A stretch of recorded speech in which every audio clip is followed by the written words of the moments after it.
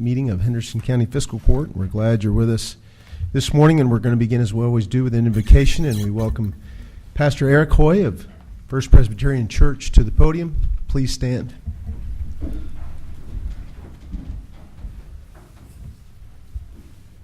Let us pray together. Holy and loving God, we pause and we give you thanks for the many things you abundantly give to us. For those leaders before me this morning who serve you in public office, we give you thanks. Bless and fill their lives so that they may accomplish your will in this county. For those who've given their lives for the freedom of our country, Lord, we remember them this weekend and always. Watch over and bring peace to their surviving families. And for Sue Baker and her faithful service to this county, bless her retirement. We pray this new stage in her life is filled with wonderful blessings. And for the business before this fiscal court this morning, we lay the decisions at your feet, praying for your sovereign will to be done. We give you thanks this day in Jesus' name. Amen. Amen. Please join me in the Pledge of Allegiance. I pledge allegiance to the flag of the United States of America and to the republic for which it stands, one nation, under God, indivisible, with liberty and justice for all.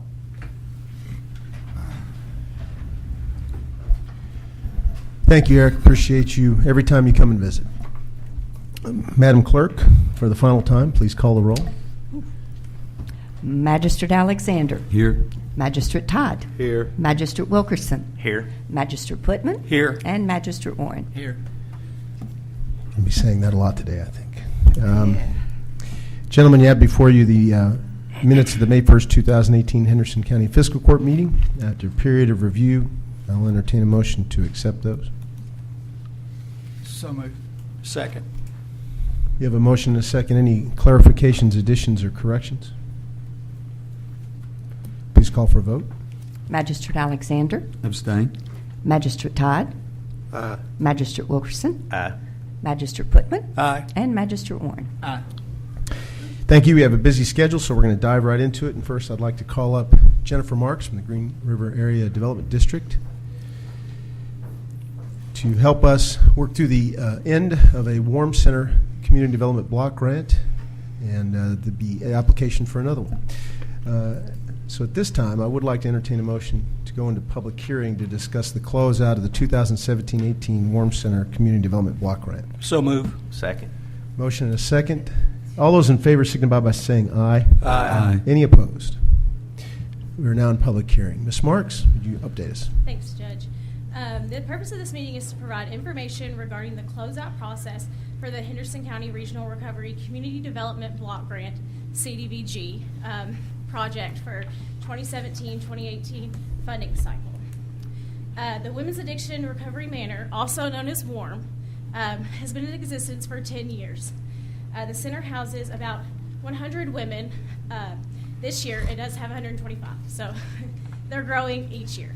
CDBG funds and $190,000 were utilized to pay staff salaries. The funds used for the construction of WARM consisted of low-income housing tax credits, home funds, affordable housing trust fund to originally build the facility.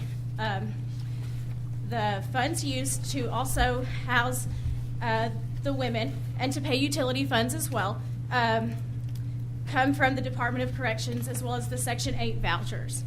With all of this being said, are there any comments or questions from the audience or the court?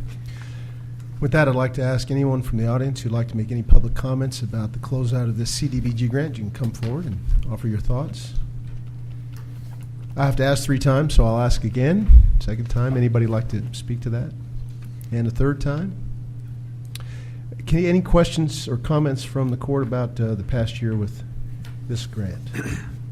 I do think the Warm Center continues to grow and not only provide the valuable services to its clients, but also help redevelop that neighborhood almost in its entirety and is growing as well. So it's been great use of community funds. If there aren't any other questions, I'll entertain a motion to go out of public hearing. So moved. Second. We have a motion and a second to go out of public hearing. All those in favor signify by saying aye. Aye. Any opposed? Okay, we're out of public hearing, and we need to vote to close out that grant, so I'll enter, excuse me. That was the closeout session, Gotcha. so now we need Yeah. to do the public hearing session for Well, the new we application. didn't close that out. Any other comments? We need to take a vote to officially support closing out the public hearing. Yeah, make a motion to close out the CDBG grant? I'll make that motion. Second. Motion and a second. Any other comments or questions? All those in favor signify by saying aye. Aye. Any opposed? Okay, now, Warm Center is once again applying for a new grant for 18 and 19, and I'll entertain a motion to go into public hearing about that CDBG grant. So moved. Second. Motion and a second. Any other comments or questions? All those in favor signify by saying aye. Aye. Any opposed? Okay, we're in public hearing. Tell us about the new application. Okay. Jennifer. This public hearing is to apply for new funding for the 2018-2019 funding cycle of the Community Development Block Grant funding, CDBG, of course. There are essentially four main types of CDBG funding projects: community facilities, economic development, housing, and then public facilities. The Women's Addiction Recovery Manor project is funded through the Recovery Kentucky program. It's kind of its own little separate section there. Originally, the program was constructed through the recovery facility, provided approximately 100 females. So as I said before, it started with only 100 females, and from there we've got to 125. So it's growing each year. WARM is one of 10 recovery centers within Kentucky. Since the facility opened, over 4,000 clients have been served through the programs that they do offer. It has been recommended that we submit an application to the Department for Local Governments for $200,000 for the 2018-2019 funding cycle. $190,000 will be for staff salaries, $10,000 for administration cost. Block grant funds are obtained through housing and urban development. Because of that, the Uniform Displacement Act does apply. However, no one is being displaced through the acts of this funding grant, so it doesn't necessarily apply. Yeah. However, if you want a copy of that act, you can get one through GRAD, through the fiscal court here, or through the Department for Local Government. Thank you. And would anybody from the audience like to comment on the new application for the Warm Center grant?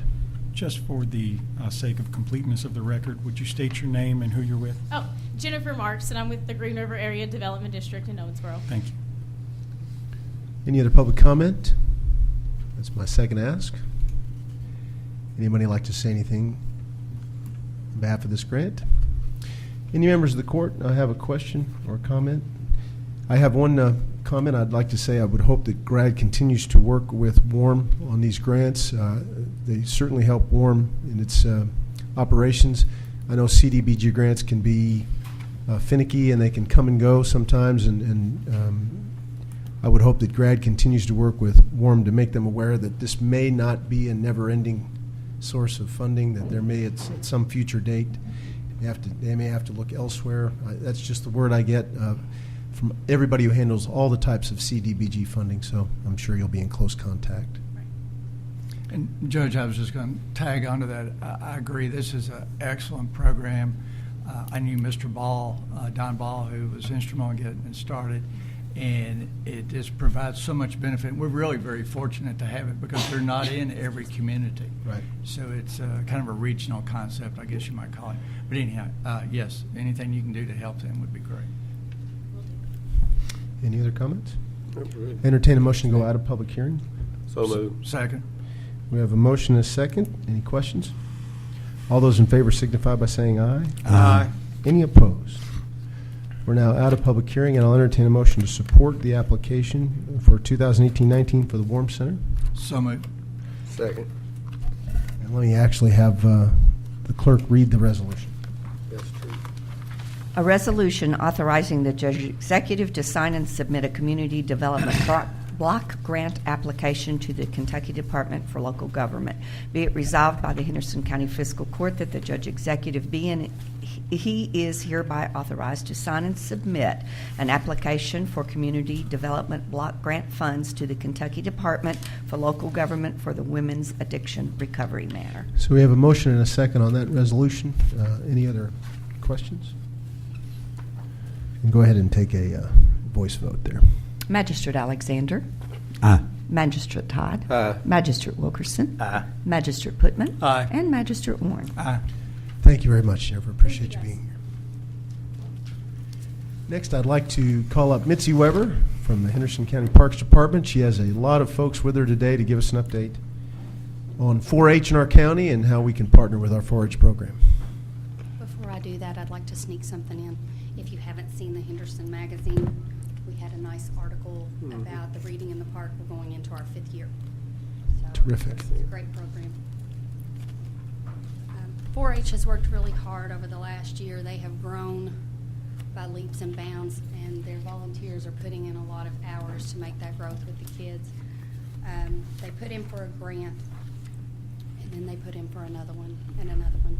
So they have 3 grants coming in now, and we have a 60 by 120 building that has been nearly complete, and then an addition onto what they call the goat barn to give them a lot more room for showing, bringing in people from outside the community. I've brought some pictures from the first cattle show that was done this past weekend. It was an open show where people from other communities were invited to show. We had people from Indiana that came in. So with that being said, I'm going to let one of them come up here and share with you what they have been doing to grow. Can you introduce your guest, please? This is Heather Fade. Her daughter Montana is with her today, and she is big into showing as well. Welcome. Thank you. Thank you for having us. We have 67 kids in our livestock club this year. That consists of swine, cattle, which is great since we haven't had cattle since the late 70s in Henderson County, to be active at least in our county. We have rabbit, chicken, dairy goat, meat goat. Thank you. And I don't think I forgot anything. We've brought 3 of the children here that are in our group, and they show a variety of animals. Our club is growing. We are so appreciative to having the opportunity to be able to build nice buildings out there at the fairgrounds, and they are really nice. If you haven't had a chance to come out and look at them, you really should. The county has done an awesome job on building those facilities for us. And the cattle show was a great success, and we just thank you very, very much. And so with our, do you want me to go ahead? Okay. With all of the grants and everything, and we want to show you that we are trying to make an effort to pay this bill off.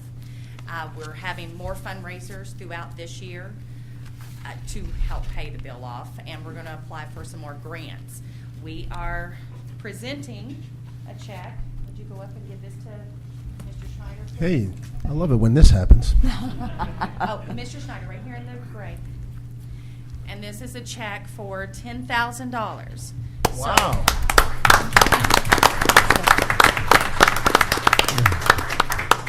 I'm pretty sure that all of the kids are going to continue helping throughout this year. And if you guys get a chance to come out and watch these children show this year, I would really appreciate it, and I'm sure all the parents and the kids would appreciate it. It's in July, and it's the 19th, 20th, and 21st.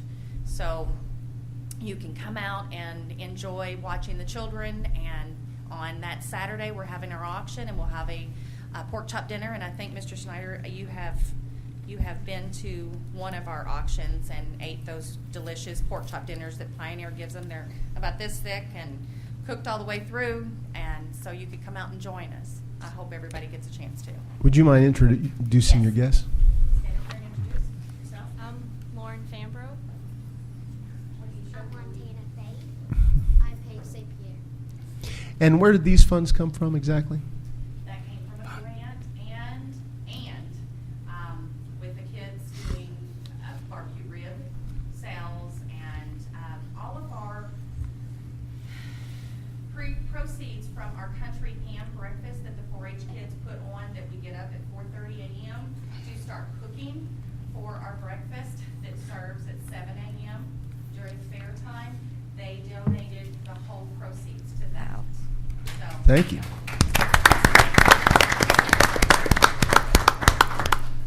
Just let the board know how much the 4-H group has grown in the last year. Yes, this is our third year. Let me move it a little bit closer. This is our third year in having, I don't know if I did that right or not. Okay, this is our third year of having a, quote, a club. Before, in Henderson County, it was a project.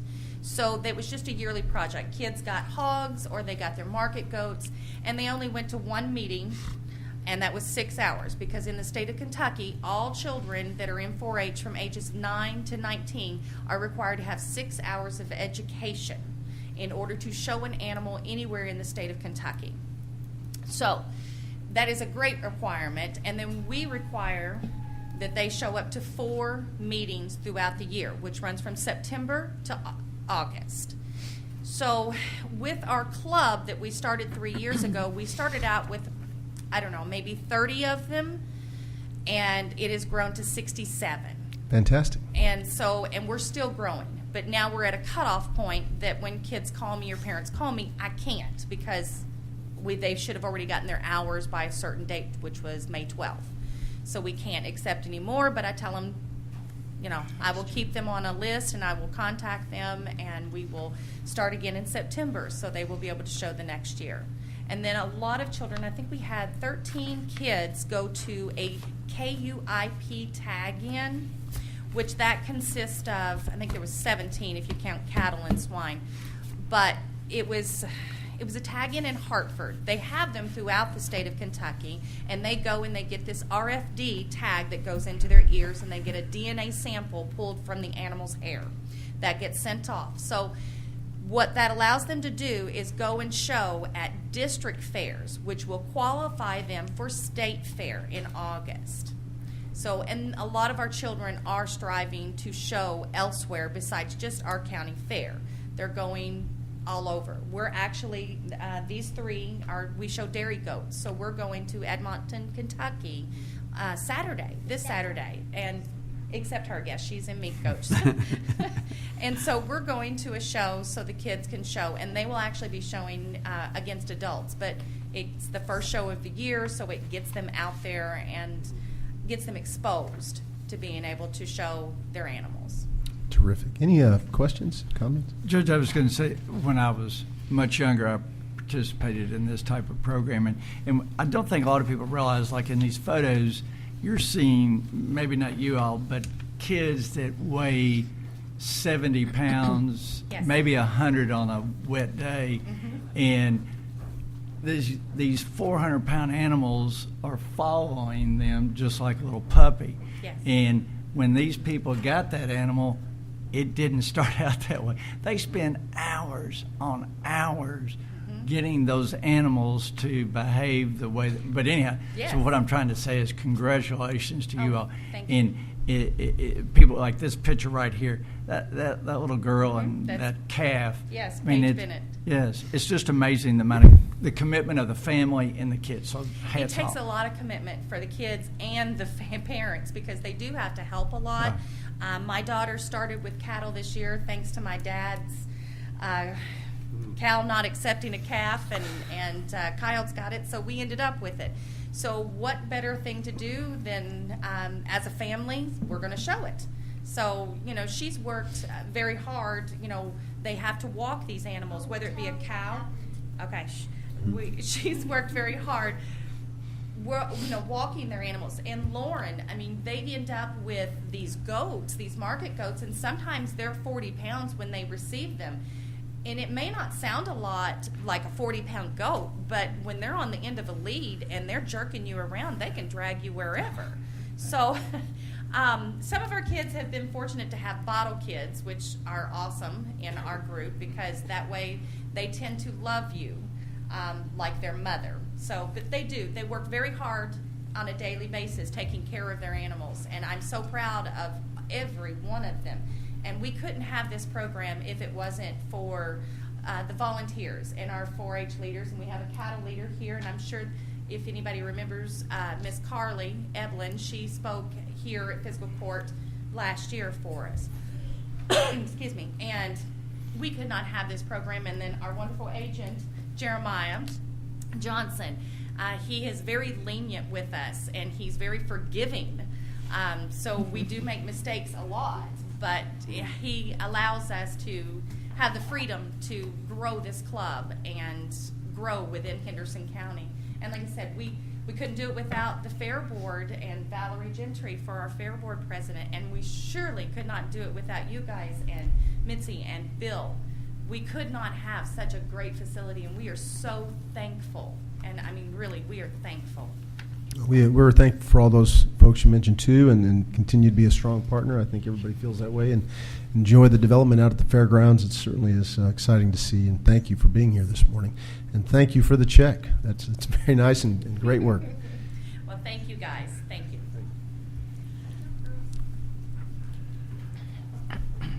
One of the next programs that we're going to have coming up is going to be Teen Night Tuesday. It'll be every Tuesday in June. We're having an event out at the fairgrounds for the kids. We've partnered with the Fair Board, and they'll have several different fun and games going on, and then at 8:30 a movie will start. So we're really excited about that. It's our first year, so it's kind of scary. Hopefully we don't have an Easter egg hunt incident, but hopefully we have a fantastic turnout. Thank you, Mitzi. Good job. Next, I'd like to call County Engineer Bill Hubiak to the podium real quick to comment on the resolution, or annual resolution approving rural municipal aid agreement with the state. Morning, Judge, Court. Morning. We have in front of us the annual rural and secondary road resolution from KYTC.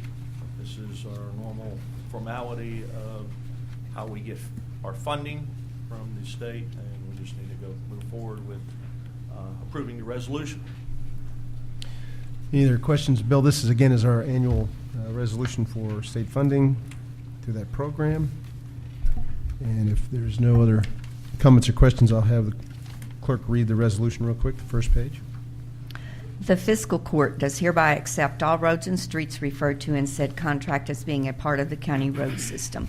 And the fiscal court does hereby ratify and adopt all statements, representations, warranties, covenants, and agreements contained in said contract, and does hereby accept said contract, and by such acceptance agrees to all the terms and conditions therein stated. And the county judge is hereby authorized and directed to sign said contract as set forth on behalf of the fiscal court of the county of Henderson. Motion to approve that. Move. Second. We have a motion and a second. Any other questions? Please call for a vote. Magistrate Alexander. Aye. Magistrate Todd. Aye. Magistrate Wilkerson. Aye. Magistrate Putman. Aye. And Magistrate Warren. Thank you. Now, Bill, you're going to give us an update on bids for 2 4x4 pickup trucks. Yes, fiscal court, everybody should have in front of them the review of 3/4-ton pickup trucks. Just for everybody's information, these pickup trucks were something that were going to be put into next year's budget, but since our dump truck wouldn't be built until November of 2018, it's going to fall into next year. So we looked at trying to expend some of the money in capital new equipment this year in this year's budget, so we didn't have to carry over and increase the budgets for the overall road department. So we looked at the 3/4-ton trucks on the state contract bidding. We called up to Lexington. Unfortunately, by the time we called up there, it was beginning of May, they'd already stopped taking any orders for the 2018, and 2019s would be delayed for a month before they would start manufacture, so we would not receive the new pickup trucks off the state contract pricing if we ordered them until the 2018-19 budget, which is, again, was going to cause us a problem. So we searched around, we looked and posted out there to see if anybody had something that would be comparable on the lot. The Lexington dealership had nothing at all, does not stock in inventory for state contract pricing. We posted this according to the KRS, and we received bids from Dimplewolf Ford. The regular cab, 4x4 3/4-ton, the bid price, as you can see in front of you, is $26,435.22. Adding up the state contract pricing on the same items that were spec'd out, and it was $27,262.12. A difference of $827.12 less than the state contract pricing. So this does not include an extra $460 worth of options that were also on this truck that's in inventory. Okay? And so it has a sync system and a clearance lights and a few other little things on it that we didn't actually spec out. So it would be my recommendation that since this is lower than the state contract price, that we go ahead and purchase this truck from Demplewolf Ford here in Henderson. Can we go ahead and describe the second truck too? We can probably do this all at once. The second one is the crew cab, 4x4, 3/4 ton. The same thing, we went through it. Bid price, $31,348. The state contract price for it would have been $31,160.12. It's a difference of $187.88. This is more than the state contract pricing. But this vehicle also includes an additional $2,095 worth of options. It has an SXT package on it, which includes 18-inch wheels and tires, and they're aluminum wheels. It has carpeted floor mats in there, clearance lights, and front and rear chrome bumpers. So, and since this one is higher than the state contract price, it would be up to the pleasure of the court whether they wanted to go ahead and purchase this one or wait until next year and order one. So. Would you recommend on the second truck that, considering the options involved, it was worth purchasing from Demplewolf? Yes, it would be the pleasure of the court. Anybody have any questions about this? No, I recommend we purchase it because for $187, you can't drive to Lexington to send a man, gas, 2 trucks, and labor to go get it. It'll cost you more than that. Yeah. This also allows us to keep it in this fiscal year's budget, which we have room for, and it's obviously a better truck. Any other? Mm-hmm. Any other thoughts or questions? Motion to approve the recommendation to purchase both of these trucks from Demplewolf Ford. So moved. Second. Motion and a second. Any other comments or questions? Please call for a vote. Magistrate Alexander. Aye. Magistrate Todd. Aye. Magistrate Wilkerson. Aye. And Magistrate Putman. Aye. And Warren. Aye. Thank Thank you very you. much. Gentlemen, you recall a few fiscal court meetings back, we agreed to merge the Henderson County Tourist Commission into a joint city-county tourist commission. And in the course of developing that language and creating that body, one of the things that Steve Gold pointed out that we needed to tweak the language in our transient room tax so that the county actually collects the tax and reimburses it directly to the Tourist Commission, and you have an ordinance to that effect in your packets. And with that, I'd like Mr. Gold to add any comments he'd like to make. So, like the judge said, as you know, the city and the county are merging their tourism efforts. Actually, the city had none. They created one, and we passed an interlocal agreement that's been sent to DLG for approval. So it would be a city and county tourist commission. And what you have before you is a red line version of our prior ordinance that just has a couple of strike-throughs, like where it says Henderson County Tourist Commission. It now just says Henderson Tourist Commission. That's the name of the merged entity. And also, our prior ordinance that was passed many years ago had the money being paid directly to the Tourist Commission.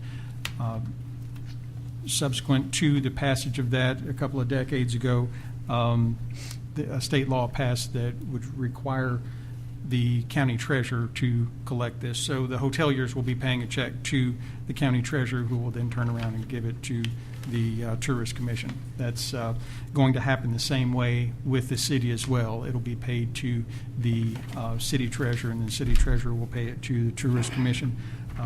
As of now, there are only 2 entities that will be paying to the county treasurer. The rest will be paying to the city treasurer. Those 2 entities are True Vine Inn and Farmer and Frenchman. So the lion's share of it's going to be passing through the city. The substance of the tax has not changed at all. It's still the exact same amount as the prior transient room tax. The executive director of the Tourist Commission has always kind of been the collector of this tax. They know if some hotelier's not paying in time or like they should or something. And so the only substantive tweak that was made to the ordinance was to designate the executive director of the Tourist Commission as the administrator for this tax for the county. So she can continue to do what she's always done with regard to collection of this tax. So not a big substantive change. And so to summarize, it's going to be a pass-through tax. Very, very little of it will actually come to the county because we have very few entities that collect it. And the tourism director will be the cop in Correct. making sure that everybody's up to date. So that's kind of a basic premise But, there. yeah, the amount's not changing. It's still the same old tax that it was. Yeah. Any questions about that? We get a motion to approve this. You want me to do the whereases? Yeah. So moved. We better read the ordinance, Okay. please. Okay. Whereas Henderson County Fiscal Court passed an ordinance number 39 on February 6, 1984, as amended August 3, 2004, by ordinance number 04-15, and now has codified in Chapter 220, Article 2 of the Code of Henderson County to provide funds for the operation of the Henderson County Tourist Commission. Whereas the Henderson County Fiscal Court recently adopted a resolution allowing the county judge executive to execute an interlocal agreement with the city of Henderson for the operation of a joint city-county tourist commission, renamed the Henderson Tourist Commission. Whereas under a joint tourist commission, the transient room tax on the applicable businesses outside the incorporated area of the city of Henderson will be collected by the county through its designated Henderson County Transient Tax Administrator and then forwarded to the Henderson Tourist Commission under KRS 91A.390. Whereas the Henderson Fiscal Court wishes to designate the Executive Director of the Henderson Tourist Commission as the Henderson County Transient Room Tax Administrator and authorize said position to take action to collect the transient room tax. Whereas the Henderson County Fiscal Court believes it to be necessary to amend the existing transient room tax ordinance codified in Chapter 220, Article 2 of the Code of Henderson County to incorporate the necessary changes to provide for the funding of the City-County Joint Tourist Commission, named the Henderson Tourist Commission, and ongoing administration of the transient room tax in Henderson County. And whereas the Henderson County Fiscal Court has been placed on notice that the City of Henderson's Board of Commissioners will discuss the adoption of a similar ordinance for the incorporated area of the City of Henderson at its next duly convened meeting. Now therefore be it ordained by the Fiscal Court of Henderson County, Commonwealth of Kentucky, as follows. 1. Section 220-9 of the Code of Henderson County shall be amended with additions and underline and deletions and strike through as follows.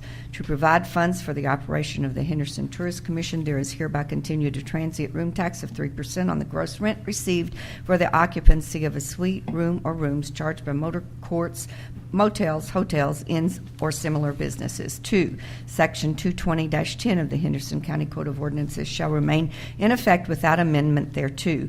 Section 220-11 of the Henderson County Code of Ordinances shall be amended with additions in underline and deletions and strike through as follows. A. Motor courts. Do I need to keep on? I would say. No, I'm sorry, Sue. We were talking about the next item on the agenda, making sure that he didn't skip that. Okay. Sorry. Motor courts, motels, hotels, inns, or similar businesses shall collect the transient room tax and shall pay the same to the Henderson County Treasurer. Said taxes shall be paid by collecting no later than 30 days following the month in which said taxes were collected. Each collecting agent shall file a return in duplicate on a form provided for said purpose, along with a copy of the collecting agent's Kentucky sales tax return for the same period.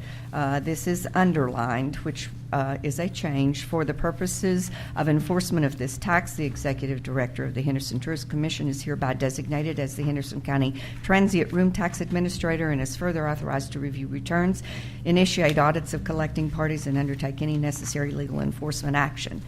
B, failure to properly complete same and to pay said taxes within 30 days following the month during which the taxes were collected shall result in a penalty of 6% of the total due tax plus interest at the rate of 12% per annum, and shall be subject to the collecting agent to such civil and criminal remedies as are available in the Kentucky Revised Statutes. In the event a civil action is filed to collect outstanding taxes, penalties, and interest and attorney fees, may be assessed and recovered as costs in an amount not to exceed the judgment amount awarded for the taxes, penalties, and interest, subject to proof by the attorney to the court that the award of attorney fees is reasonable based upon the actual work performed. All payments shall be applied to any penalty and interest then to taxes owed. 4. Section 220-12 of the Henderson County Code of Ordinances shall be amended with additions and underline and deletions and strike through as follows. All transient room tax monies not expended by the Henderson Tourist Commission during any fiscal court year shall be used to make a part of the Henderson Tourist Commission's budget for the next fiscal year. 5. Section 220-13 of the Henderson County Code of Ordinances shall be amended with additions and underline and deletions and strike through as follows. The Henderson Tourist Commission is subject to audit of the transient room tax funds upon the request of the Henderson County Fiscal Court. 6. All ordinances or parts thereof in conflict herewith, to the extent of such conflict hereby, are repealed. Number 7. The provisions of this ordinance are severable, and if any provisions or parts thereof shall be held invalid or unconstitutional or inapplicable to any person or circumstance, such invalidity, unconstitutionality, or inapplicability shall not affect or impair the remaining provisions of this ordinance. Boy, I bet you won't miss that in retirement. No, I won't. You've heard the ordinance. Is there a motion to approve that? So moved. Second. I have a motion and a second. Any other comments, questions?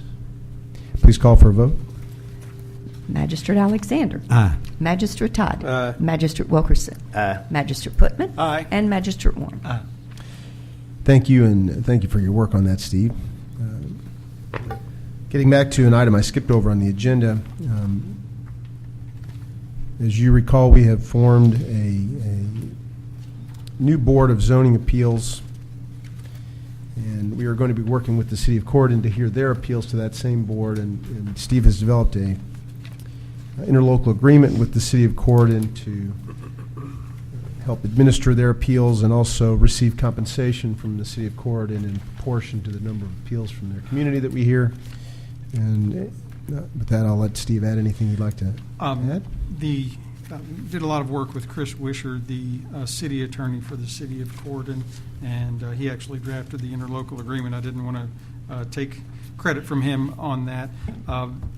As you know, the county has a board of appeals that we had been in conjunction with the city. The city changed how they do things a little bit, so we're left with our own Board of Housing Appeals, Board of Appeals.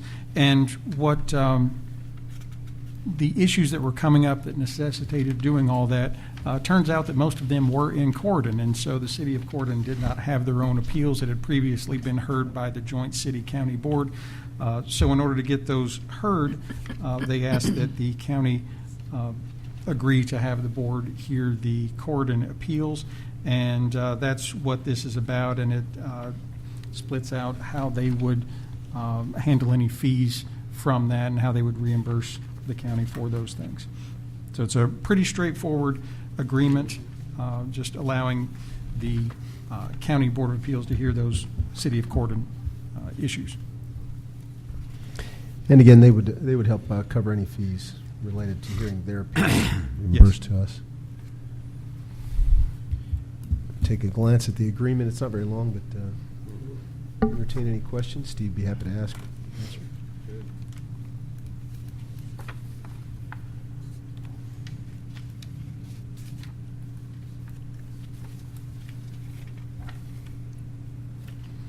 And to give context, I think even when the city and the county were meeting together, I think this board may have met once, maybe twice a year, something like that. It doesn't come up all that often, but when it does, it's usually time is of the essence.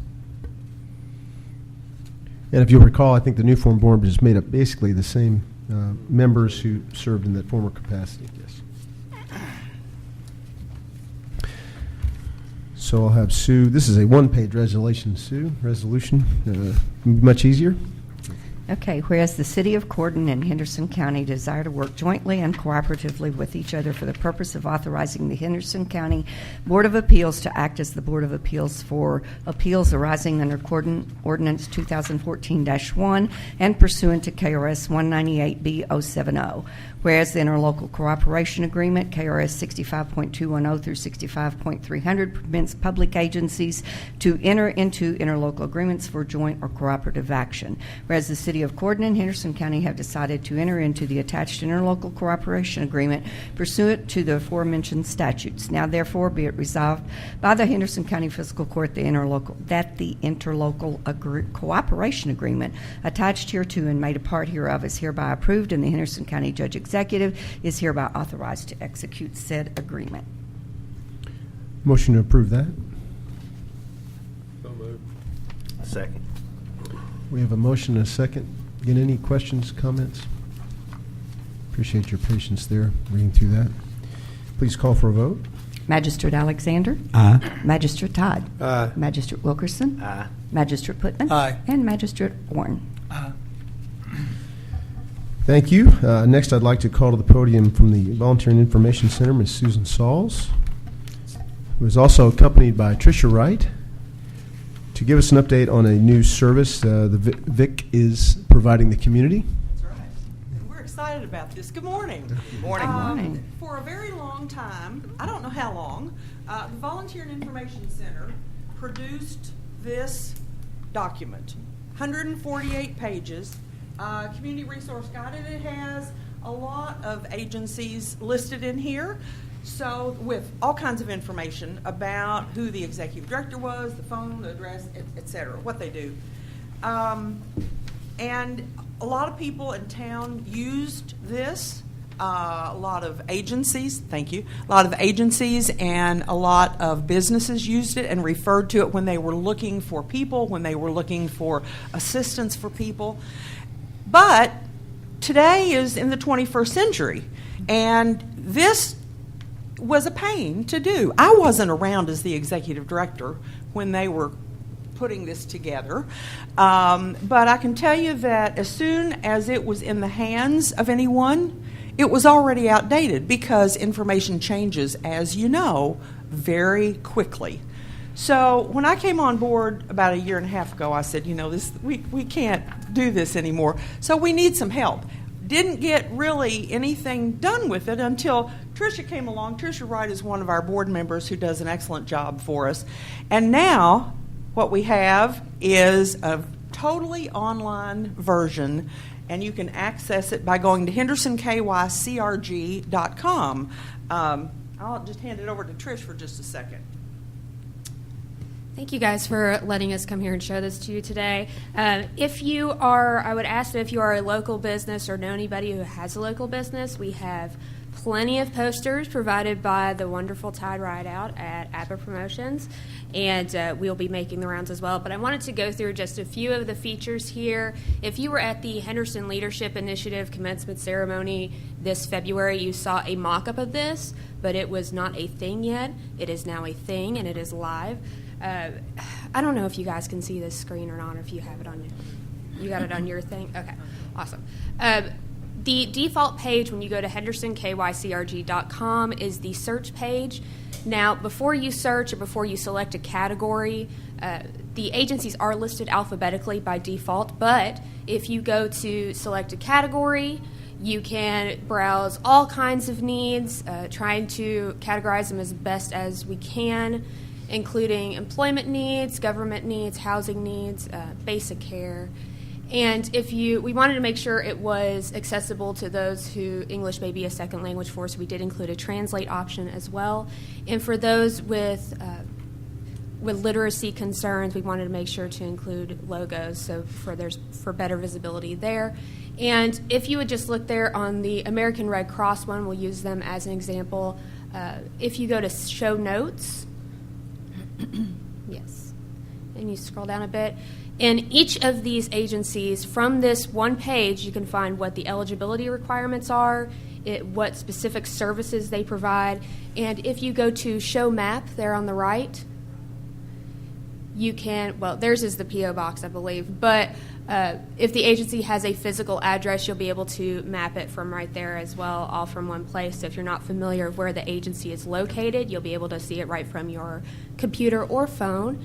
And you also have access to their phone number, any of their social media, as well as their website. And if you go back to the top, yeah, you can just close all that. And if you go to community links, as someone not from Henderson, one of my favorite things about the city and the county both is that our local governments are so transparent and that they do provide so much information to citizens. So I wanted to make sure that those things there are also acknowledged. The county government, the quick links there, as well as the text message alerts, which are awesome. I want to make sure people can get to those pretty quickly, and as well as information on these fiscal court meetings. And you actually do have, if you go back to the search link, the county government does have a listing there as well. So if you go to government and scroll a bit, there's the county government's listing there. And what I included in the show notes for the county government is the list of directory, which you guys also have on your website already, but just if they're already from one page, they don't have to go to another. So try to just make it as user-friendly and as easy to use as possible and as convenient as possible, because that's what we're here for at the BIG. We come to you today to show this to you and share this with you because thanks to the Community Foundation and your all's generous donation to the Volunteer and Information Center every year, we're able to do this. And where there was a $50 cost for this in the past for each entity that bought it, this is not doesn't cost anybody anything now, and it's immediate, right on time information that we're able to share with everybody here in the county.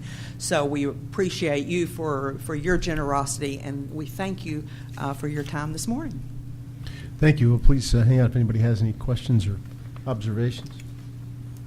I think it's fantastic. I'd like to direct Brent Jacobs to find a very prominent place to link this community resource guide on our homepage, because I think it's that handy. And I know that Tricia especially has spent countless hours. You say it doesn't cost anything. Actually, it costs quite a bit of time and effort and organization, and we really appreciate that. I think it is going to be a very useful tool for people in this community, not only people who are new, but people who've lived here all their lives and still may not know where to find help with the things that they need. And, of course, that's the mission of the Volunteer and Information Center. So it helps your mission. It's very handy to use in a modern way, and I know not having to worry about that printed edition probably takes a load off your mind. Trash And all these now. Well, we'll take them out to the recycles after we take the front and the back off. It's all that plastic. I encourage you to please make contact with Brent Jacobs, our IT director, our website administrator. Anything we can do to coordinate that and make sure the information is always up to date for county government, we want to do. And again, thank you for your time and effort. It's fantastic. Thank you very much. We appreciate it. I forgot one thing. Oh, I'm sorry. Quickly, before we had another big reason of why we did it this way is because it was constantly out to date. So if you do have corrections or submissions, if you go to the contact link, you can submit corrections from there as well, so that hopefully it's always up to date is kind of the goal there. And you just submit if you have a question or a correction, and you're good to go. So, thank Excellent. you. Thank you very much. I'm impressed. Next, I'd like to call Angela Hagedorn from Henderson County Animal Control and the Humane Society up with Animal Control Officer Katie Crooks to give us an update. Good morning, County Judge, Magistrates, and for the last time, Madam Clerk. Has everyone received the financials? Does anyone have any questions or concerns? Do you notice you're heading towards a solid end of the fiscal year? You want to talk about that a little bit? Yes, I'm very excited that through just fiscal responsibility, making sure that things are better managed, and through grants and other things, the Humane Society side had absorbed quite a bit for the animal control. And so I was able to, with the increased funding that we received for this fiscal year, and I was able to kind of get the books balanced. So I'm hoping by the end of this fiscal year, animal control will be in the black as well as Humane Society. So I'm super excited about that. It would be quite an accomplishment, especially considering all that's happened in the last 12 months as well. Yes, we've had quite a bit going on. Also, Katie and I completed the livestock investigation training level 1. We just got back last week, so we're excited about that. The Officer Oakley, he will be going to that training in Moorhead in June, so we will all have our level 1 livestock investigation training completed. Terrific. Any questions, comments? Looking good. Keep up the good work. Thank you. Thank you very much. Good job. We have county clerk's reports on the agenda, but I think that the county clerk is busy today, if I'm not mistaken. I do have the report, though, if you want me to go through it. Please do. Okay. All right. They are submitting $27,230.06 in ad valorem tax. Delinquent tax real estate, $3,446.06. Delinquent personal property tax, $1,701.45. Deed transfer tax, $12,141.95, for a total tax and license of $44,519.52. Excess fees for the month are $110,848.72, for a total amount submitted for April of $155,368.24. That's what that check is for. Move to accept. Second. We have a motion and a second. Any other questions? Please call for a vote. Magistrate Alexander. Aye. Magistrate Todd. Aye. Magistrate Wilkerson. Aye. Magistrate Putman. Aye. And Magistrate Warren. Aye. Gentlemen, you also have in your packets the sheriff's report for this month. Any questions for Sheriff Brady on this?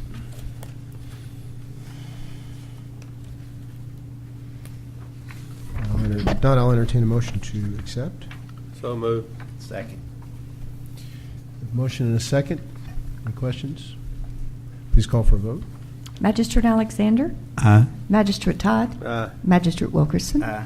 Magistrate Putman. Aye. And Magistrate Warren. Aye.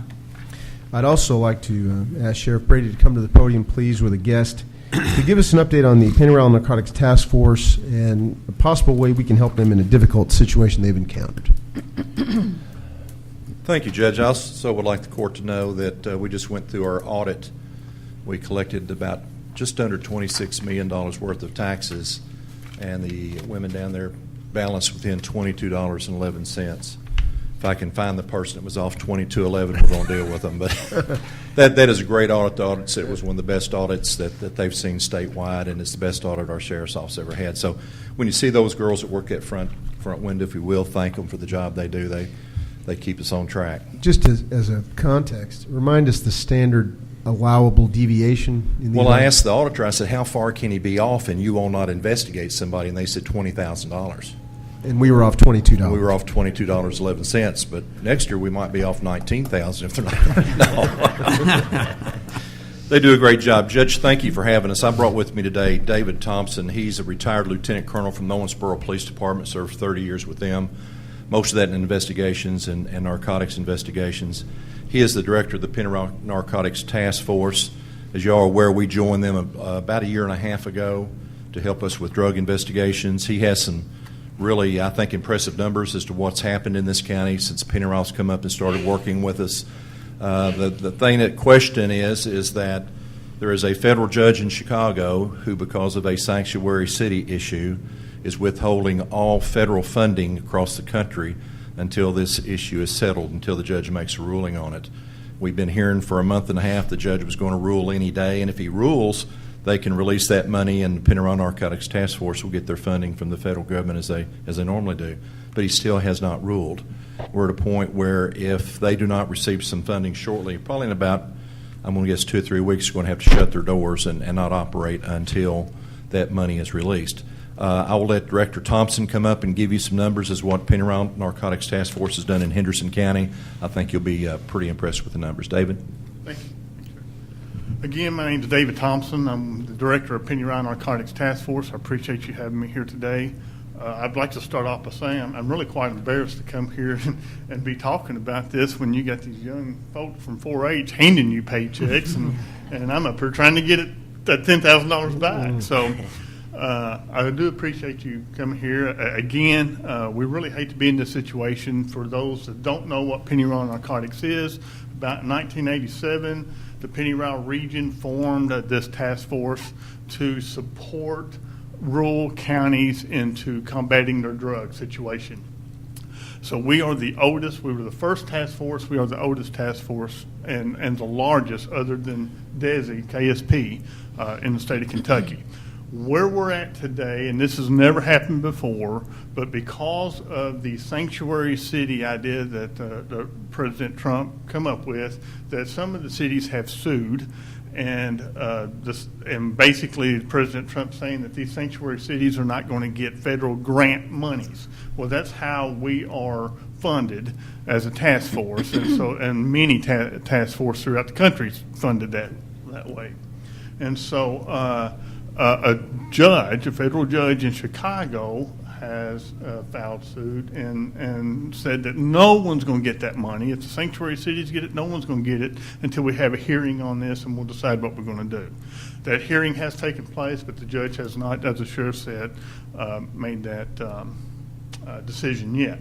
So where we're at, for the past year, we've been operating on asset forfeiture funds that we've had in the bank. And basically how it works, we spend the money up front, and every quarter we are reimbursed from this grant. Well, we're in our fourth quarter. We've operated on that the whole year, and obviously no grant money, so we haven't been reimbursed for that money. Now, we're being told that that money is sitting there. Not only is it sitting there, when you get the money, you're going to get 2 years' worth. That way you don't have to, because we're already almost into the new fiscal year, that way you don't have to apply for that again. You'll have 2 years to spend what money you get. With that being said, we're about out of asset forfeiture money. And unfortunately, if we don't, something doesn't happen, we don't get that money soon, we're going to have to close the doors. Now, I've spoken with other directors throughout the state, and there's about 3 other task force that are, if not, have already closed the doors or within a couple of weeks of doing that. Fortunately for us, we were able to do some things with some of the assets that we have seized in your county. We were able to have an auction, and it afforded us to stay open a little bit more longer. And but if it's possible for a couple of our larger counties to loan us a little bit of money, that we could possibly stay open until we do get this money. Now, here in Henderson County, and I'm not just going to say this because we're friends and the sheriff is sitting here beside me, we're only successful as a drug task force. We're only successful by the information and relationship that we have with the counties and the law enforcement agencies in that counties we serve. Obviously, we're not there every day, so the information that we get, we depend on that sheriff office or that police department. Well, I can say this sheriff here and anybody that knows him is relentless when it comes to doing what he's required to do. And the drug stuff is really important to him. I hear from this sheriff more than any other sheriff on the board, and that we take care of. And he's very supportive. We've done, and because of his staff at his agency, we've made over 300 arrests. We've in just these drug busts that we do. We've seized probably about 1.5 pounds of methamphetamine. We've got heroin. We've taken numerous stolen guns. We've seized many cars that these drug dealers had in their possession that we're able to sell and auction off. So we stay very active. Actually, this is the most active county that we're in, but it's only due to the relationship we have with the sheriff office and his staff, how dedicated they are and committed to taking these guys off the street. So we're very fortunate to have that. So, but if we don't get some help somewhere, it's possibly that we're just going to have to close the doors until that money does come. Let me say this to the judge's credit. He called me about 3 weeks ago and he said, Ed, I understand the Narcotics Task Force is about to close down. What has to happen? I said, the money has to be released in Chicago because funding is the issue. And he said if Henderson County was willing to put in a little bit of money to keep them afloat a little bit longer, do you think that would help? Well, certainly it would, because we expect the ruling to come down any time. And if the county sees fit to do any money at all toward Pennyrile, it's money that as soon as that federal money is released will be paid right back directly to the county. So it's not anything they're asking to keep. So the judge asked, they opened in the last year in Henderson County alone, they've opened over 300 cases, made over 200 arrests, taken numerous guns, several vehicles. As he said, methamphetamine, all kinds of drugs out there. In a year that we didn't have them, the sheriff's office probably would have made about 60 drug arrests instead of over 200, because we just don't have the personnel. And they bring us 4 or 5 detectives up here that work with ours. They supply our narcotics officer with a vehicle, with a credit card for gasoline. When we do make a buy, they supply us with the buy money. We're not using county money or forfeiture money for buy money. So there's a lot of services they do provide us. But certainly I would say our arrests have probably tripled or more since we've been a member of the task force. Any other questions? We don't want to take too long because it's been a court meeting, but or a long meeting, but if there's any questions, we'd be glad to answer them. I'd just like to make a point here if I can. I do a good amount of work with the Pennyrile Narcotics Task Force through the local staff and with some of the other counties. And Sheriff Brady had a good anti-narcotics program going before joining Pennyrile Narcotics Task Force, but joining PNTF really kicked it into light speed.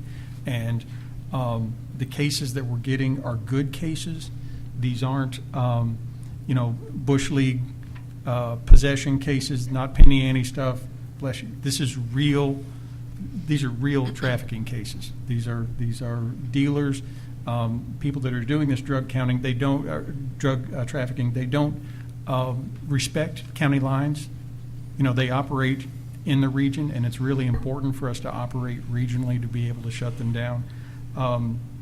So I've been incredibly impressed with our participation in the Pennyrile Narcotics Task Force, and I think it has made a big difference in Henderson. It's something where we could triple the size of it and still not be done. But I wanted to make the point that this isn't just minor league possession stuff. That's not what they're going for here. This is actually trying to go up the chain and get the people that are getting our citizens hooked on this stuff, and that's a big deal. So the only thing that I would ask is if we do end up doing some sort of loan or something like that, give me a chance to put a little something in writing. You know me, I like agreements. Oh, yeah. On a side note, we are on a major thoroughfare with Interstate 69 with Evansville and Indianapolis and Detroit. That's kind of the route that it takes.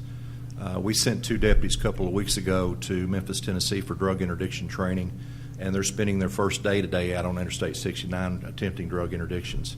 So we're trying to stop it as it comes through. The drugs going northbound, we're trying to stop the cash southbound as it goes through.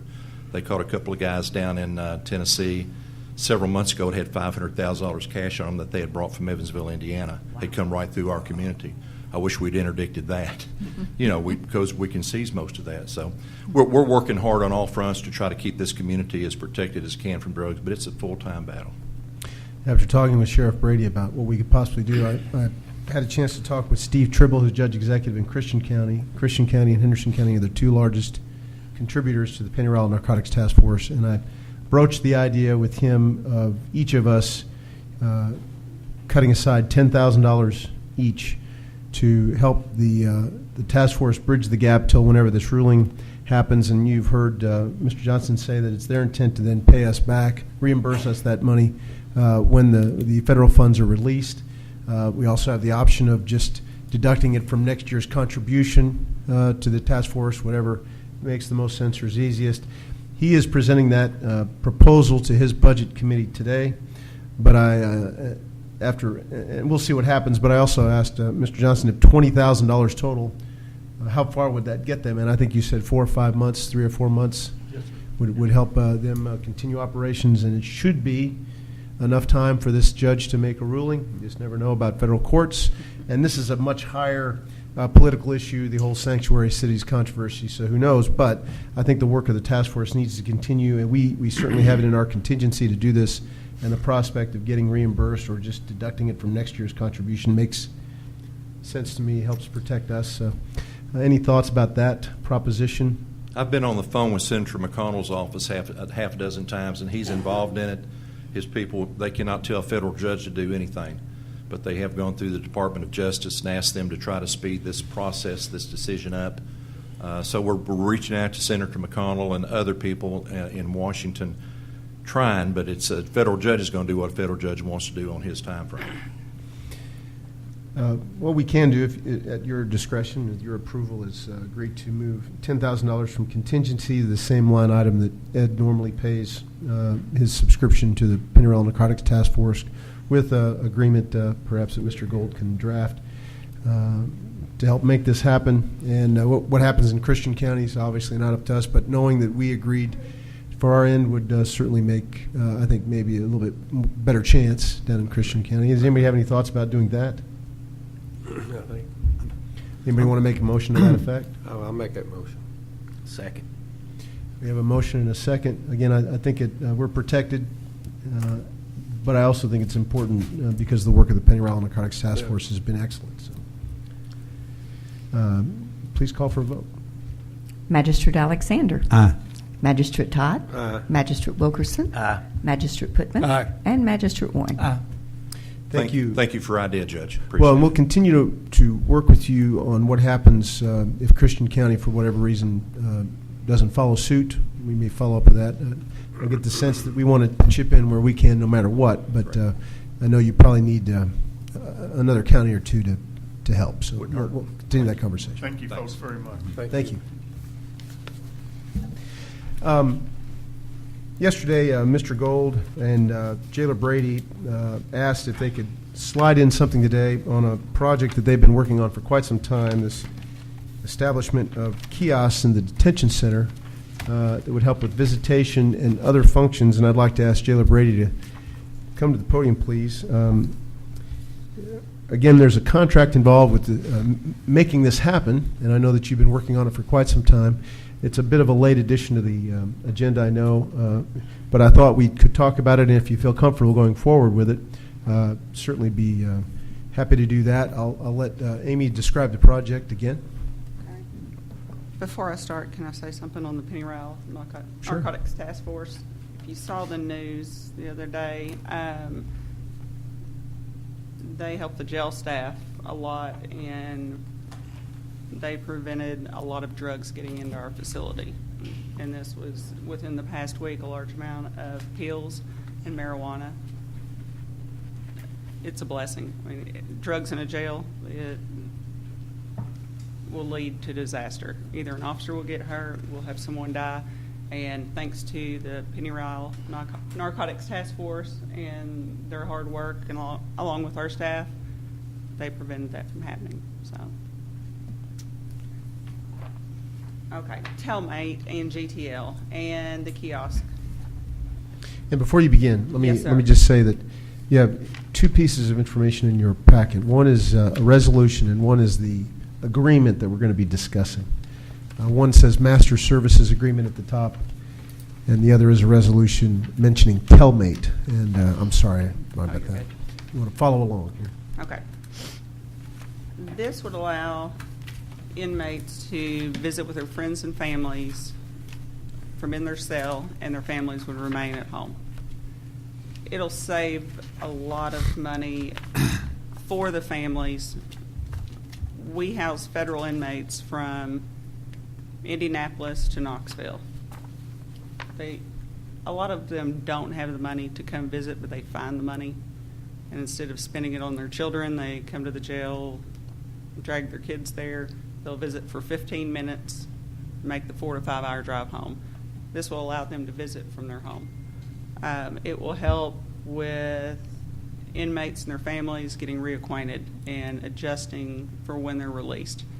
They can attend their kids' birthday parties, they can see their son graduate, they can see their daughter going to prom, things of that nature. And we're trying to think of ways to help reduce the inmates coming back to jail.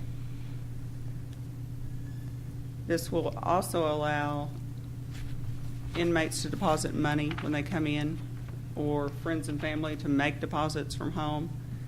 And Telmate or GTL will take care of all of the money handling, and that was requested by the state auditor's office, 1415 audit.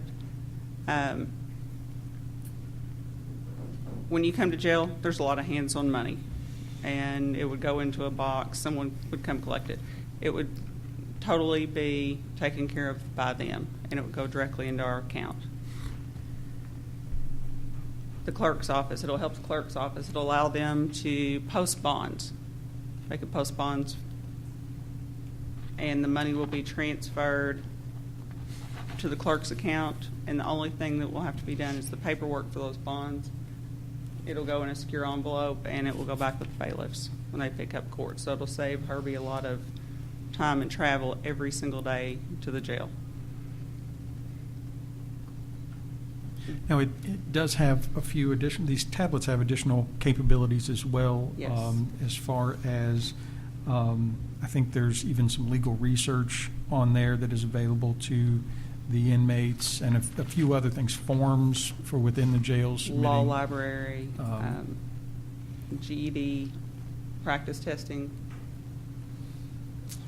So there's all kinds of things. It's Yes. it's more of it's not just the video visitation. It's more of a whole suite of things on this on these tablets, and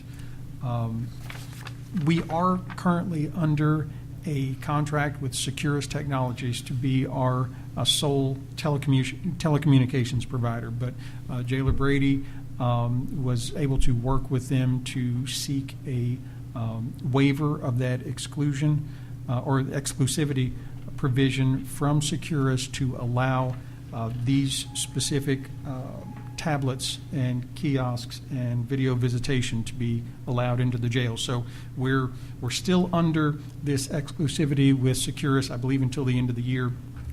And then at that point, everything can be looked at.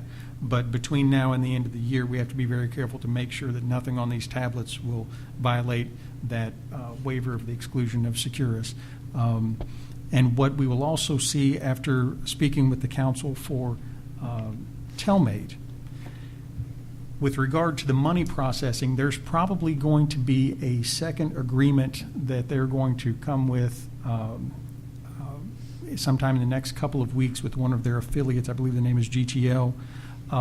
Initially, there was, in this master services agreement, it included both, but as part of the merger between those two companies, these needed to be separate somehow. So you'll be getting that money handling agreement coming sometime in the next couple of weeks to maybe a month or so. But as far as the tablets, we wanted to go ahead and get those in place because it is going to have a pretty significant effect on the jail. Now there is a you'll notice through the contract that on the second page, sections 3 and 4, you'll want to take a look at those. This is not something that is going to cost the jail anything. There's actually going to be some facility support payments that are made by Telmate to the jail as part of this. So it should end up being a positive thing for the jail at the end of it, although I'm sure administratively it's going to be a little bit of a headache at first. Will they do just rent these tablets where they can have them in their cell all the time? They're charged in their cell. They never leave the cell. They won't work outside of that particular cell. And Telmate retains ownership of these, and we don't pay anything to them to rent. Somebody It's tears essentially one. allowing Right. them to put them in the jail. They cover the entire cost of the install. Vanderburgh County has the tablets, and they love them. And you've gone and you've seen those in use in Yes. Vanderburgh County, and they've had good things to say about it, correct? And I believe there are also some, after I spoke with the folks from Telmate, there's some additional law enforcement capabilities that go along with these things as well. You'd be amazed sometimes what people will say and do over their video visitations. I can only imagine. It does sound like a good program for the jail. Again, I'm sorry to slip this on you a little later in the game than normal. I want to get a sense of how comfortable you feel in moving forward with this, or do you want further time to review the agreement? Or And I do apologize for the timing on this. All of this just broke late Friday as far as the changes that we requested a lot of changes particularly with regard to that Securus agreement that we have, I wanted some very specific language in the agreement to make sure that they were partnering with us to make sure that they didn't violate that exclusivity, because there are ways that these tablets could be enabled that would violate that, and we wanted to make it very clear in that agreement that they weren't going to do anything along those lines, and they did agree to make those changes, and we got those kind of late. So we were able to integrate all those in, but they did come our way on all those requests for changes. Now, is that other contract good for all this year or just our fiscal year? Until the end of Jailer Harrington's term. Okay. So we'll have to renew this contract next year? The Securus contract. This Telmate contract, you'll also notice under the term here, you can't bind a successor into a future year. However, we've tried to deal with that issue a little bit here. This is a 4-year term, but there is a recognition in the contract that Jailer Brady's current term ends at the end of this year, and it gives a successor fiscal court and the successor jailer to the right to rescind this contract anytime between January 1, 2019 and July 1, 2019. So there would be a potential for a new fiscal court to take another look at this between that time period and rescind it. And then after that initial 4-year period, assuming it's not rescinded between January and July of next year, then it would go year to year and would be able to be renegotiated as time went forward. Any other questions? You feel you know enough to want to act on this today?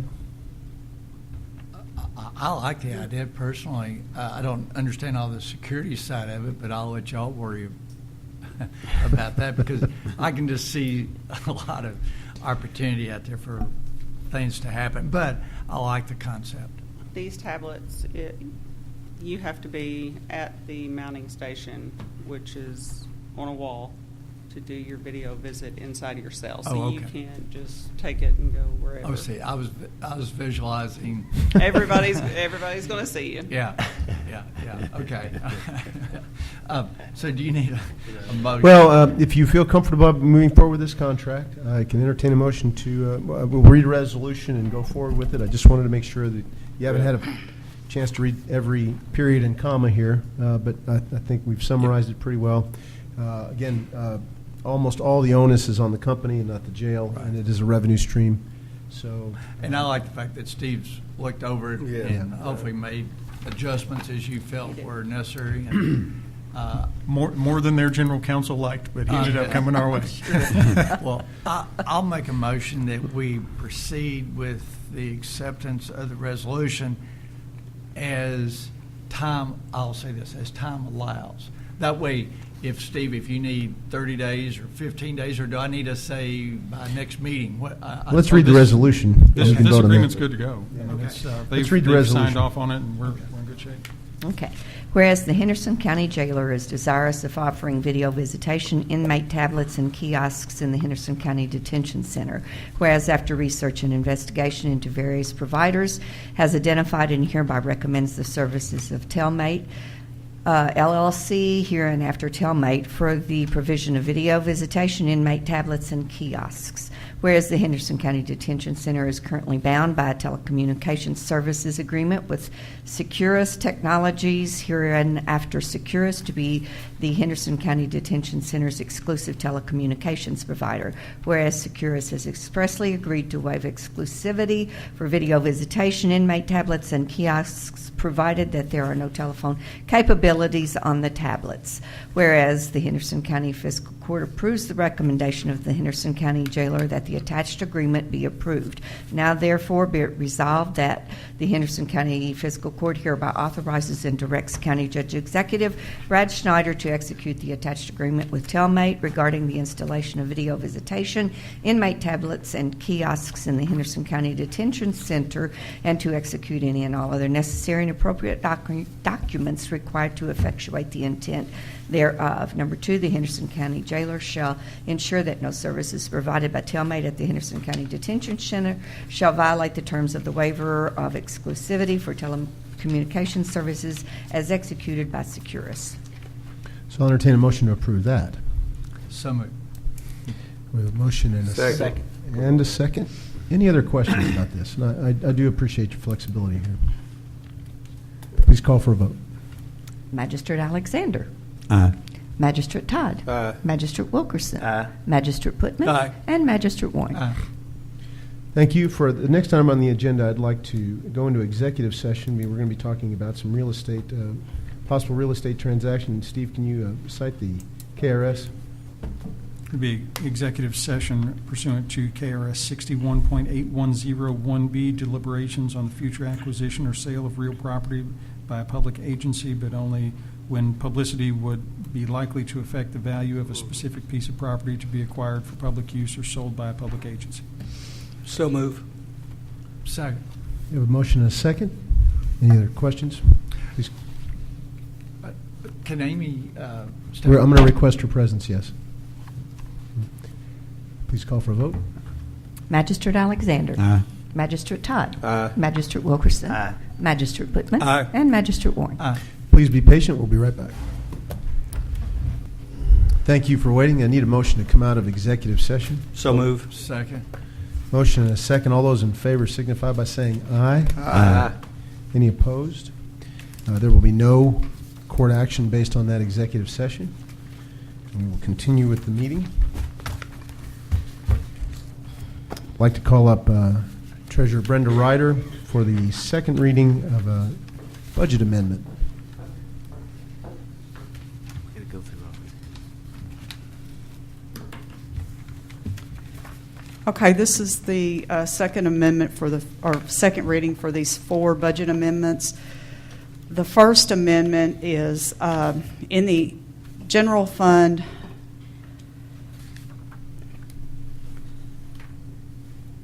Moving in from prior year carryover $500,000 in the general fund to then transfer out of the general fund to the jail fund, and this is to correct a 2015 audit finding. The second amendment is in the federal grants fund. This is to amend in $167,944.48. This is to amend in unanticipated revenue for the Delta Regional Airport grant, and the other side of that is the appropriation side for the Delta Regional grant expense. Amendment number 5 is in the State Grants Fund. This is to amend in $1,000 unanticipated revenue for the spay and neuter grant for the Humane Society with the opposing side of animal control $1,000 expense. This is a flow-through grant for the Humane Society. The last budget amendment is for the Economic Development Fund in the amount of $22,750. This is to amend in prior year surplus of the Economic Development Fund with the corresponding appropriation to the Regional EDC Kendall. This is for the Kentucky Business Investment Incentive Program for Tyson Chicken, which was discussed at the May 1st meeting. Mr. Golds advised me that we probably need a vote on each of the amendments individually, so I entertain a motion to approve budget amendment number 4. The $500,000 will go to the jail. So move. Second. A motion and a second. Any other questions about that? All those in favor signify by saying aye. Aye. Any opposed? Thank you. Motion to approve budget amendment number 5, the DRA airport grant. So move. Second. A motion and a second. Any questions about that? All those in favor signify by saying aye. Aye. Any opposed?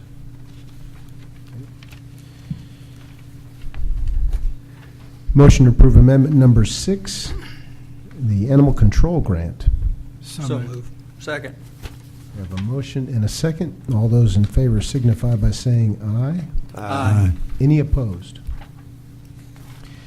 Finally, motion to approve amendment number 7, which is the incentive for Tyson Foods. So move. Second. Motion and a second. All those in favor signify by saying aye. Aye. Aye. Any opposed? Thank you for that. Next, we'll move to claims.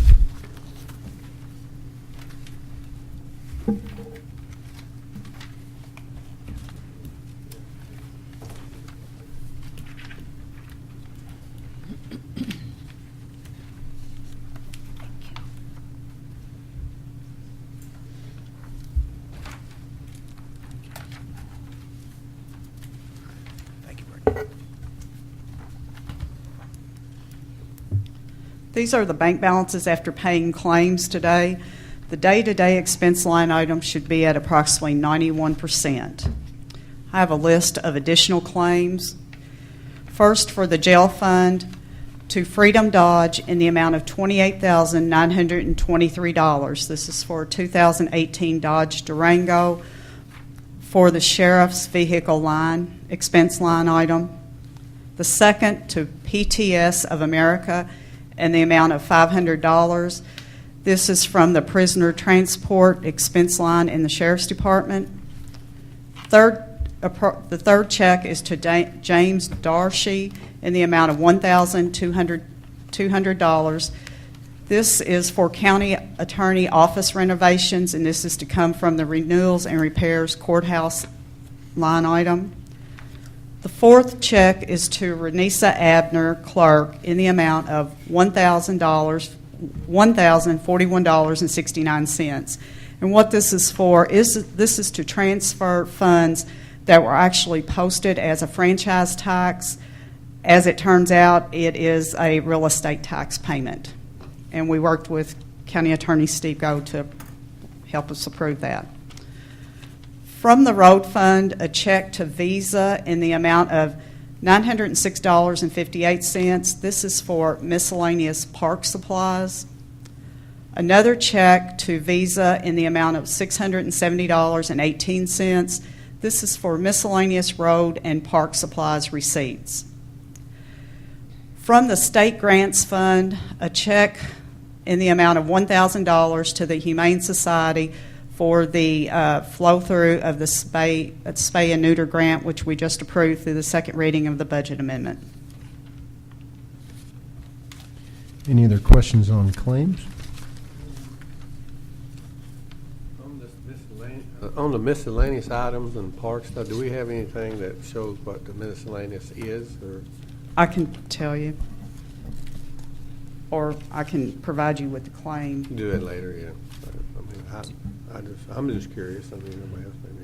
Well, they're getting geared up. I assume it's odds and ends for all the activities going on, but if you have it handy. Okay, just a second.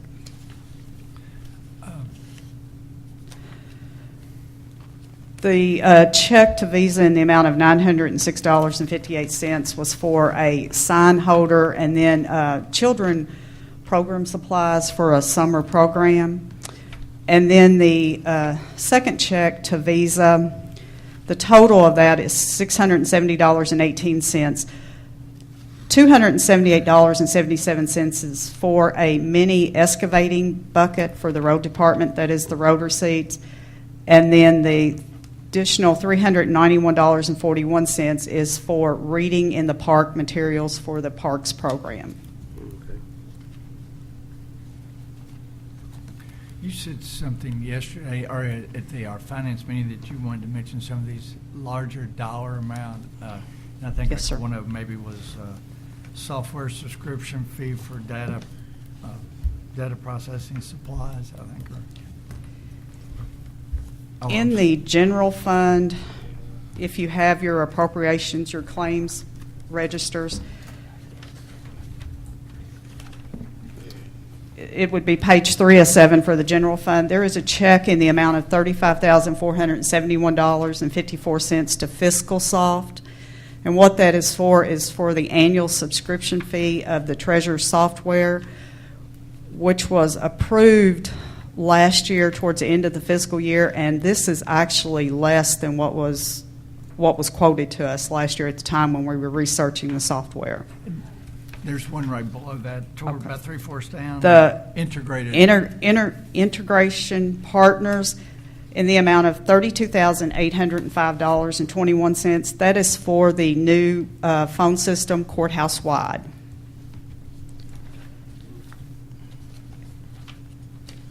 And then there was, in the road department, there was a check in the amount of $111,075.05, and that is for 2 Motorola, and that's for the road radios. And you may see this listed twice. One check was an error, and it has been voided and deleted. It posted twice. Are there any other questions? Judge, I'd move that we pay the claims. Second. We have a motion and a second. Any other comments by the Finance Committee? Oh, we're doing excellent. You want to point out your ratios? Yeah. We'll do that in a moment, yeah. So we have a motion and a second on payment of claims. Any other questions? Please call for a vote. Magistrate Alexander. Aye. Magistrate Todd. Magistrate Wilkerson. Aye. Magistrate Putman. Aye. And Magistrate Warren. Aye. We just mentioned in the Finance Committee meeting yesterday that as of last Friday, some good news. If you look at total expenditures, and this is a big picture. The total expenditures, page 8 of 8 on your total report so far. We are well over the mark in receipts, especially general fund. The general fund above line revenues have now reached 100+% of budgeted revenue, which is good. And if you go to the very back page, total expenditures are at 71% of total budget. So we are at approximately 101+% of our above line expenditures overall, and at 71% of expenses. So that's a winning combination right there, and we appreciate all the department heads who are working very diligently to keep their expenses in line, and we're glad we hit our revenue estimates. So we're solid, doing well, doing what we need to do. Thank you. Any other questions of Brenda? Did you have a... Do you need to vote on claims? Yes. Did we take a vote on claims? Not yet. Motion and second. We have a motion and a second. Yeah. Please call for a vote. Magistrate Alexander. Aye. Magistrate Todd. Aye. Magistrate Wilkerson. Aye. Magistrate Putman. Aye. And Magistrate Warren. Aye. Okay, we do have some line item transfers, which you should have a couple of sheets at your station. What this is doing is moving appropriation dollars to different line items in the current budget. This is not adding to, this is just moving within the current existing budget. The first, applying $1,000 to the building inspector vehicle maintenance. This is being transferred from the building inspector training and travel expense line item. In the sheriff's department, moving $500,000 from the bailiff salaries to the sheriff's overtime line item. Maybe it was 5,000. Or 5,000. Yeah, There's too many zeros. Yeah. He's been busy. Everybody's getting overtime this week. Trying to help him there. In different areas of the general fund, transferring to the judge's staff health insurance line $14,000, to the sheriff's department telephone and mobile expense line $3,000, the refunds expense line $12,000, in the LGEA communication 911 expense line $21,194.15, and moving to the human rights in the LGEA fund, that expense line $11,974.50. The total of these will all come from the general fund contingent appropriations line item in the amount of $62,168.65. Let me address a couple of those. As far as the communications 911 and the human rights, they are within their budget, but due to the timing of last fiscal year and then the receiving the invoices, we're actually paying some of those invoices. They're quarterly invoices. You're actually paying fiscal year 17's invoices in 18. It more or less evens out. Then for the moving the dollars to the sheriff's telephone expense line item, that amount represents various refunds that has been posted to the general fund in the amount for refunds or reimbursements that were to be received by the sheriff's department, designated for the sheriff's department. In the road fund, moving to recycling employees line item, $175.21. Moving to recycling utilities, $300.80.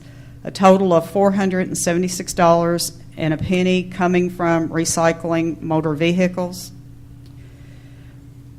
For parks and programs supplies, moving to that expense line item, $23,968.44. This is coming from the road hot mix line in the amount of $8,968.44, and also from the road salt line in the amount of $15,000. Also in the road fund, moving to the road bridge construction expense line, $5,539.99, and this is coming from the road employee safety program line item. In the jail fund, moving to the overtime line item in the amount of $37,952. Moving to the association dues line item, $48. Moving to the utilities line item, $21,000. These transfers are coming from the following breakdowns. $8,000 from the administrative assistant salary line item, $8,000 from prisoner clothing line item, $7,000 from staff training travel line item, $6,000 from cleaning supplies line item, and $30,000 from the Social Security line item. I'd like to add one that's not on your sheet since the court meeting, and that is the approval to move the $10,000 from the additional $10,000 from the general contingency to the sheriff's task line appropriation line item. Any questions about those transfers? Motion to approve. So moved. Second. We have a motion and a second, and Magistrate Alexander is rejoining us just in time to approve those transfers. Any other questions about those? Please call for a vote. Magistrate Alexander. Aye. Magistrate Todd. Aye. Magistrate Wilkerson. Aye. Magistrate Putman. Aye. And Magistrate Warren. Aye. Thank you. Thank you, Brenda. Mr. Gold, your report. Because I've got several checks today. First, a supplement to Assistant County Attorney's salary, $458.33. Dental and life insurance, $345.58. Health insurance, $8,725.16. Interest, $12.40, $6.16, and $18.50, for a total remitted to the county today of $9,566.13, and the total for the fiscal year through today, $120,833.75. Thank you. Can I get a motion to accept those? Move to accept. Second. Motion and a second. Any other questions? Please call for a vote. Magistrate Alexander. Aye. Magistrate Todd. Aye. Magistrate Wilkerson. Aye. Magistrate Putman. Aye. And Magistrate Warren. Aye. Finally, a resolution we knew was coming, but it got here even quicker than I thought. We all know that Miss Baker is retiring at the end of this month, and we need to pass a resolution appointing her replacement, and We have confirmation from Renisa Abner that she was definitely turning the job down, and we have found a very capable person in Kurt Wiesen who's very familiar with the fiscal court and our county government. We're thankful to have him in place to take over for Sue. You cannot replace Sue Baker, but you can continue on her work. And I want to take a moment to thank you for everything you've done. We are going to be having a celebration of her retirement at last day of the month, I think from 3 to 5 here in the fiscal courtroom, and we invite everybody to attend and help us celebrate a terrific career. Before we read this resolution, anything you'd like to say? It's kind of final. It's kind of final. It is. It's pretty final. I have said for a long time, I think this is the best job in the county. I've loved what I've done. I've had so many opportunities to meet people, interact with people that I wouldn't have had the opportunity to have done had I not had this job. I've had a great group that I've worked with. Brad has just been so awesome to me. Steve, you've been awesome to me. The magistrates have all been great to work with. But daggone it, I'm excited. I'm really looking forward to just having time to do what I want. And it's been a great ride. That's all I can say. Thank you, guys. Dwayne. And again, we're going to have a chance to celebrate even more with Sue next week. But Dwayne, get ready. It's going to be full time. So, again, Kurt has spent the last several weeks working alongside Sue to get up to speed on what he needs to know. And we really appreciate your patience with Kurt as he learns even more. There is quite a lot to this job that people don't realize, and he's going to be diligent in learning everything he can. So, but again, please be patient, help him where you can, and understand that it may be a rough go for the first few weeks, but pretty soon it'll be smooth as silk, I'm sure. So with that, I'd like to read a resolution, or have Sue read the resolution officially announcing her replacement. Whereas, as of the retirement of M. Sue Baker as the Henderson County Fiscal Clerk as of May 31st, 2018, there will exist a vacancy in said office. Whereas pursuant to KRS 67.120, the Henderson County Clerk shall have the option to serve as the fiscal court clerk, but has declined to exercise said option. Whereas the statutes require the fiscal court clerk to attend the sessions of the Henderson County Fiscal Court and keep a full and correct record of all the proceedings in the court, together with a complete index, and who in addition shall perform such duties as may be required of them by the court. Whereas the fiscal court clerk who serves at the pleasure of the fiscal court receives an annual salary which shall be fixed by the court. Whereas the fiscal court clerk shall execute a bond to be approved by the fiscal court. Now therefore be it resolved by the fiscal court, County of Henderson, Kentucky, as follows. 1, pursuant to KRS 67.120 and other applicable law, Kurt Wiesen is hereby appointed to the position of Henderson Fiscal Court Clerk effective June 1, 2018, and his salary therefore is hereby fixed at the rate of $45,000 per annum. Number 2, Kurt Wiesen shall execute a bond in the amount of $10,000 pursuant to KRS 67.1202. I will accept a motion to approve that resolution. So move. Second. We have a motion and a second. It should be noted that that salary figure was what we baked into our upcoming budget. It was agreed upon as part of that deal. And the $10,000 bond amount is the same as what I am bonded for, so we thought that was appropriate. Kurt, anything you would like to say before we vote? And you'll find that's Kurt's style, less is more. But a good guy and ready to get the job done. So with that, any other comments or questions? And we have a motion and a second, correct? Mm-hmm. Please call for a vote. Magistrate Alexander. Aye. Magistrate Todd. Aye. Magistrate Wilkerson. Aye. Magistrate Putman. Aye. And Magistrate Warren. Aye. And that really is the last roll call for you right there. It sure Oh my is. gosh. Wow. With that, I will ask anybody from the audience who'd like to speak for the good of the county, please approach.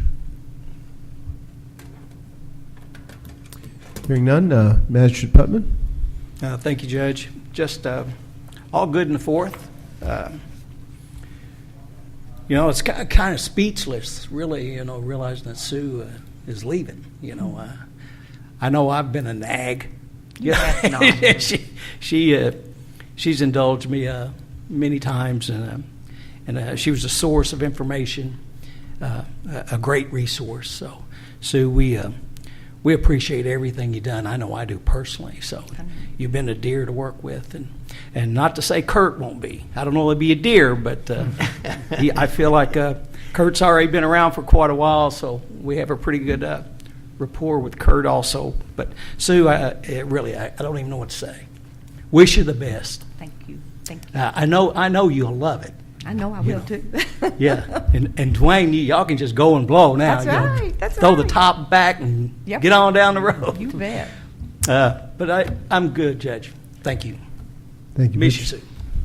Magistrate Warren? I'm like Butch. I hate to see you leave. You've provided years of a beautiful smile and exceptional customer service, and it'll be missed. Not that Kurt won't take care of the professional customer service. I don't know about that smile. But thank you for all that you do. And the only thing out in the county, I will say, Judge, in course, it's election time. I'd like to maybe set up a meeting with the codes.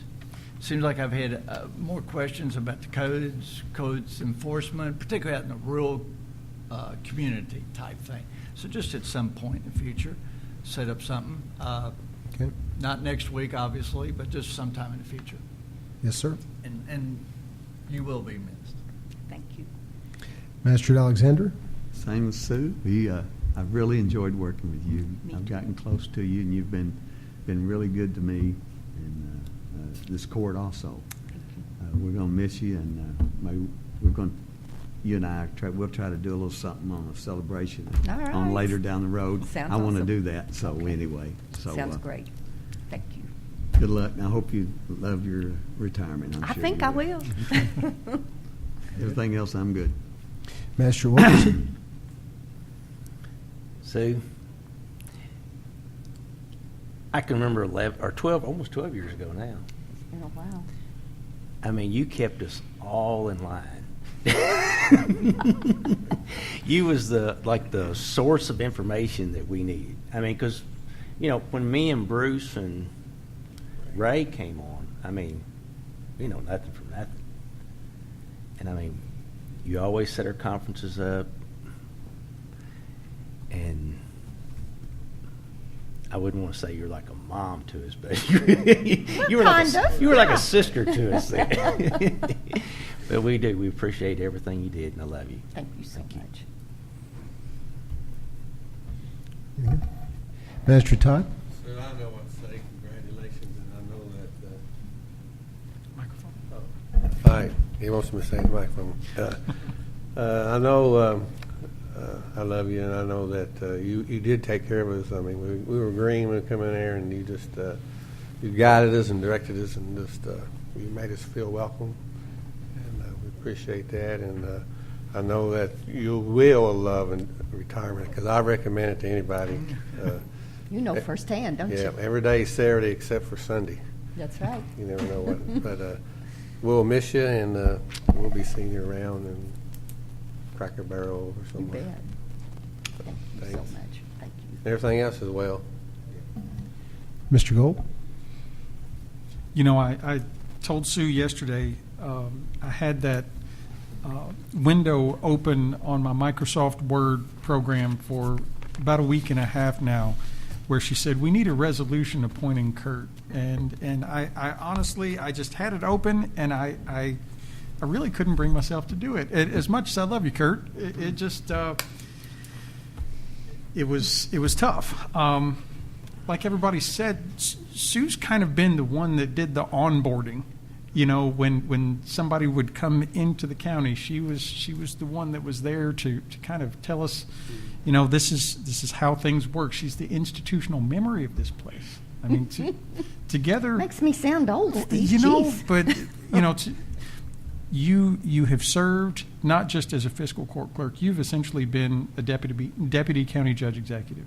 in a lot of ways, and we've gone through some great times together. We've gone through some really sad times together, and when this county was at some pretty low spots, losing 2 county judges, you were there to really guide things along and make sure things moved along, and that's something that this county is going to bear the benefits of for many, many years to come. Your work in so many ways, and you all don't know that. A lot of you know that I'm kind of a night owl worker, and so I'll send emails at 7, 8, 9 o'clock at night, and she will respond.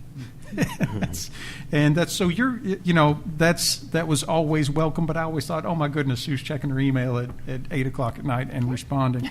But that's just the kind of person she was. She was never off the clock. And I know you're retiring from work, but I know you well enough to know you're not retiring from life. And I know you and Dwayne are going to go out and be living full. So thank you so much for everything and being there for all of us.